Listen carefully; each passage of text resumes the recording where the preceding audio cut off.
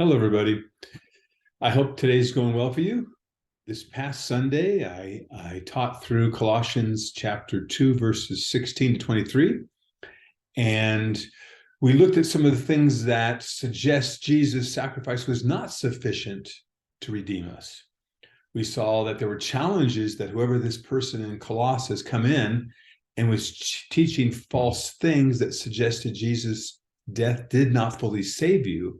We saw that some challenges from legalism, from mystical experiences, from aesthetic treatment of the body, being harsh on your body.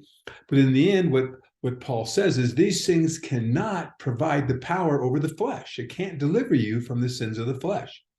They seem to have some kind of power. They seem to be wise in religious ways, but they're powerless.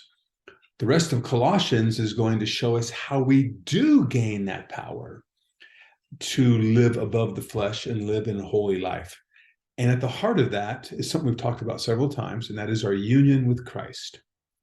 And chapter 2, verses 11 to 13 talk about the fact that we've been united with Christ in his death, his burial, his resurrection. And so we died with him. We're alive with him now. And this is at the heart of understanding the supremacy of who Christ is, that God has become man and died for us. And because it's God become man, his death is sufficient to save us. We don't have to add things. But the rest of the book is going to show us how we do live above the temptations of the flesh. But I just want to remind us of where we're going in Colossians. And to remind us where we're going, I want to go backwards to chapter 1. And so let's go back there. And I'm going to show you my Bible program here, and we will look at the passage in chapter 1, which I believe sets the foundation for our union with Christ. Now, it doesn't say united with Christ in this passage, but this sets up the teaching that we've been united with Christ in his death, burial, and resurrection. So back to Colossians 1:9. And so from the day we heard, we have not ceased to pray for you, asking that you may be filled with knowledge of his will in all spiritual wisdom and understanding, so as to walk in a manner worthy of the Lord, fully pleasing to him, bearing fruit in every good work and increasing the knowledge of God. See, this is suggesting there is a way to live our life that does have power over the flesh and live a life that honors God.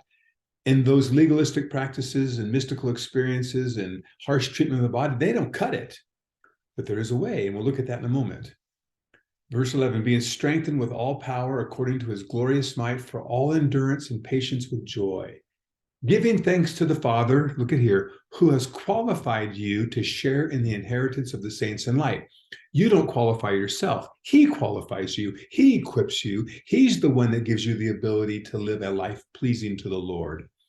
He's done this because he has delivered us from the domain of darkness, Satan's kingdom, and transferred us to the kingdom of his beloved Son, in whom we have redemption, the forgiveness of sins. So that passage I've read several times in our series on Colossians because it sets the foundation of our union with Christ and who we are in Jesus.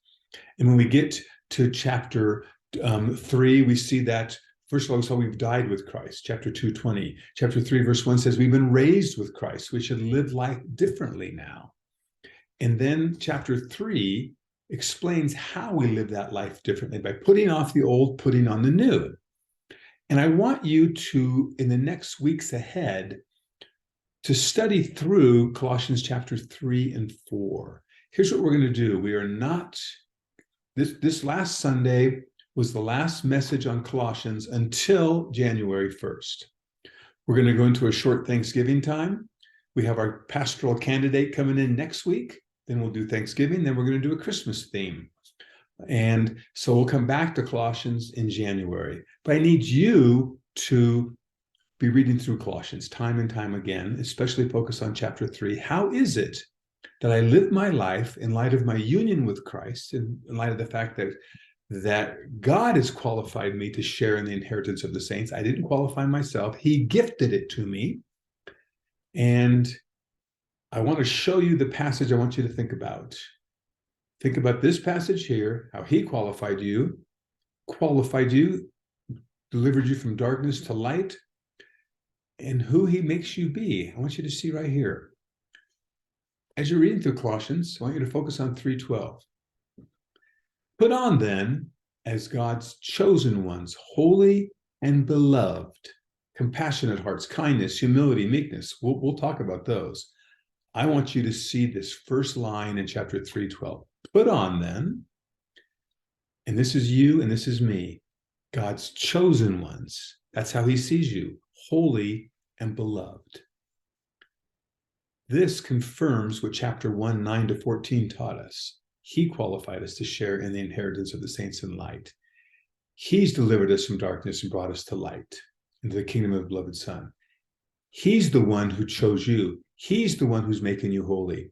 And to him you are beloved. This is what we must grasp onto and hold on to. Our union with Christ has accomplished all of this.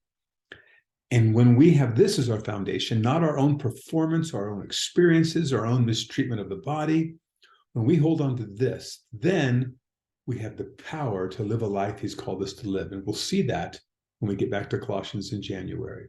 So I wanted to be able to set you up for January,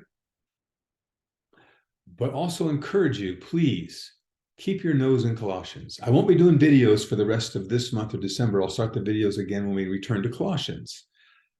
But read Colossians through from 1 to 4, but specifically pour yourself into chapter 3 and think through if legalism and experiences and harsh treatment of the body do not give me the ability to fight the flesh, what does? It's in chapter 3. So we'll see you hopefully Sunday. Talk to you later.